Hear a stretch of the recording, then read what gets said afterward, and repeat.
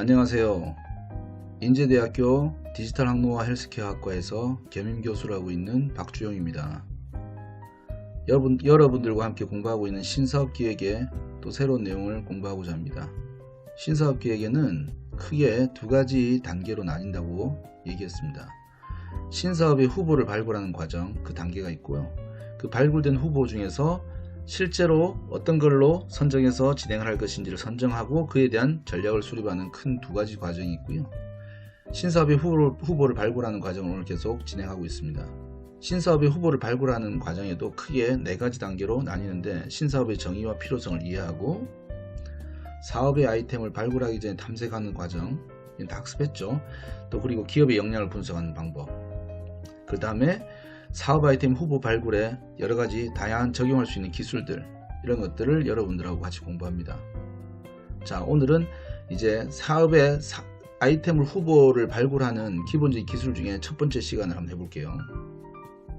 자, 사업 아이템 발굴의 두 가지 핵심 요소, 그 다음에 시장이라고 말하는 외부 환경의 변화에서 기회를 찾자, 핵심 역량을 통해 새로운 길을 찾자 라는 제목으로 한번 해보겠습니다. 첫 번째, 사업 아이템 발굴의 두 가지 핵심 요소에 대해서 제가 설명을 좀 해볼게요. 자, 첫 번째 챕터는 회장님의 아이디어만으로 사업을 한 시대가 아니다 라는 것을 주제로 얘기해 보겠습니다. 두 번째는 우리가 잘하는 것, 그리고 시장에서 기회가 있는 것, 두 개가 뭐 어떤 차이인지 잘 모르겠는 사람도 계시죠. 설명을 들어보면 이해하실 수 있을 거라고 믿습니다. 세 번째, 시장의 트렌드를 활용하는 기본 방안에 대해서도 설명을 좀 드릴까 합니다. 첫 번째, 회장님의 아이디어만으로 사업을 하는 시대가 아닙니다 라는 제목으로 이제 설명을 한번 해보겠습니다.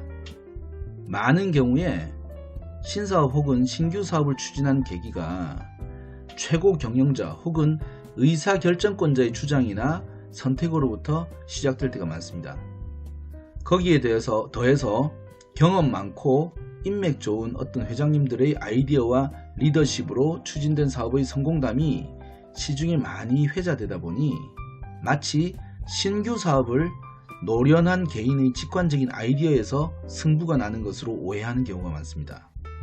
그러다 보니 추진 과정에서 실무자들에게 요구되는 부담이나 책임은 크지만 실제로 중요한 결정이나 방향 설정에서 실무자들이 소외되거나 수동적으로 따라만 가는 맥 빠진 경우도 빈번합니다.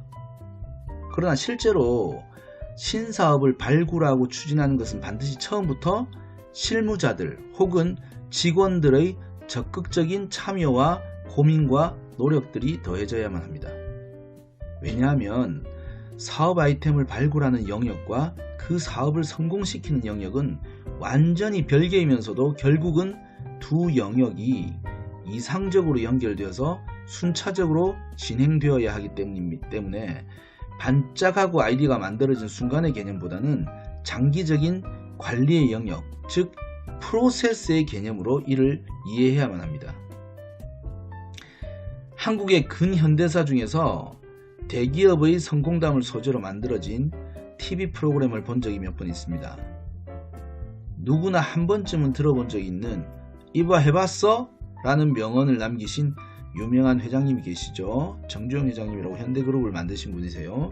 이 회장님의 대단한 스토리를 듣고 있자면 정말 그가 남긴 대단한 업적이 한 위대한 인물의 레전드 스토리 같습니다. 근데 자세히 찾아보고 자세히 들여다보면 그 당시에 그런 드라마틱한 상황을 설명하는 인물이, 그것을 너무너무 잘 알고 계신 인물이 다름 아닌 당시의 담당 직원이었던 분입니다. 그분은 그 당시에 임원도 아니셨던 거예요. 그 회장님의 탁월한 식견을 폄훼하는 것은 아닙니다만 그 당시에 수많은 직원들의 서포트와 노력이 없었다면 회장님의 한마디가 만들어낸 것처럼 포장된 그런 성과들이 현실에 구현될 수는 없었을 겁니다. 수십 년이 지난 현 시대의 비즈니스에서는 더욱 그렇습니다. 새로운 사업을 발굴하고 그것을 성공시키는 것은 조직의 체계를 통해 프로세스로 정립이 되고 관리를 통해 단계별로 진척이 되어 성과를 분석하는 일련의 연속된 업무 체계로 이해가 되어야 합니다. 그렇게 된다면 신사업에 있어서 성공의 과정을 상당 부분 논리적 순서와 체계를 통해 공식화시키는 것이 가능하다는 의미로 해석될 수가 있기 때문입니다. 두 번째 챕터, 우리가 잘하는 것, 그리고 시장에서 기회가 있는 것. 신사업의 아이템을 발굴할 때 크게 두 가지 핵심 요소로 고려할 것이 있습니다. 우리 회사의 핵심 역량과 시장성. 쉽게 얘기해서 우리 회사가 잘할 수 있는 것인가, 그런 여부와 시장에서 기회가 있는 것인가, 이 두 가지의 정도를 말합니다. 이상적으로 보자면 우리 회사가 잘 할 수 있는 아이템이면서 동시에 시장의 트렌드에도 딱 맞을 경우에 성공의 가능성이 가장 높아질 것입니다. 근데 현실에서 그런 아이템을 발굴할 가능성은 그다지 높지 않을 경우가 많습니다. 때로는 우리 회사의 역량은 그다지 특화되어 있지 않지만 시장의 기회가 좋아서 고민을 하는 아이템이 있을 수도 있고, 또 반대로 우리 회사가 잘할 수 있는 아이템이 확실한데 시장의 상황은 그다지 낙관적이지 않은 경우도 있습니다. 그리고 어찌 보면 아주 부정적이지만 회사의 역량과도 잘 맞지 않고 시장의 상황도 썩 긍정적이지 않은데도 불구하고 또 다른 이유로 사업 아이템을 선택해야만 하는 아이러니한 상황도 만날 때가 있습니다. 그렇다면 이런 두 가지 주요한 핵심 요소인 회사의 역량과 시장의 기회를 평가할 때 단순하게 일직선상의 숫자처럼 점수화가 가능할까요? 문제는 그러기가 쉽지 않다는 겁니다. 쉽게 생각해봐도 회사의 역량이란 것은 인력부터 자본력을 포함해서 기술, 경험 등 너무도 다양한 요소들이 복합적으로 결합되어 드러나는 것이고, 시장의 상황도 현재의 상황 이면에 과거로부터 흘러온 흐름의 방향, 다양한 외부 산업으로부터 받게 될 영향력, 시장의 중심에서 일어나는 현상과 달리 그 주변부에서 벌어지는 또 다른 흐름의 변수 등 단순하게 평가하기에는 복합적일 수 있습니다. 그리고 그 상황에서 의사결정을 해야 하는 기업은 그 복잡하고 복합적인 변수들 속에서 최선의 의사결정을 해야만 하는 어려운 과제를 늘 부여받고 있습니다. 마지막 세 번째 챕터, 시장의 트렌드를 활용하는 기본 방안에 대해서 설명드리겠습니다.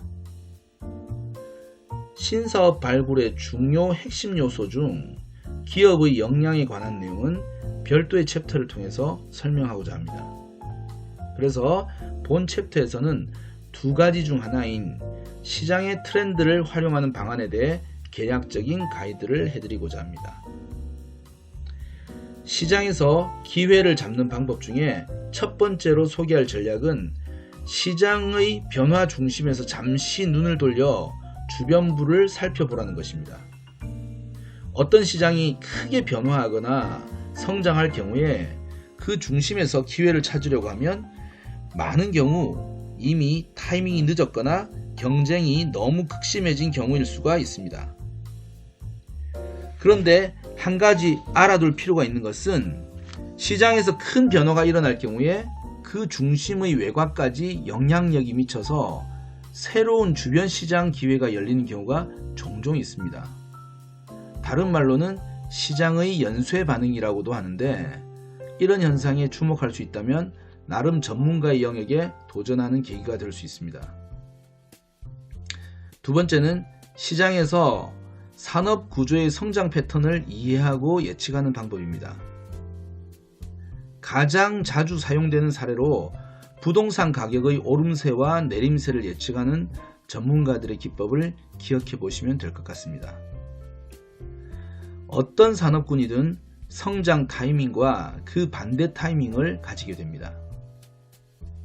간단히 생각해보면 마치 주식 매매에서 낮은 곳에서 사서 높은 곳에서 팔라고 하는 것처럼 내가 진입한 사업 영역의 패턴을 이해한다면 투자의 타이밍과 철수 혹은 축소 및 매각의 타이밍을 통해 성공적인 사업 성과를 낼 수도 있을 것입니다.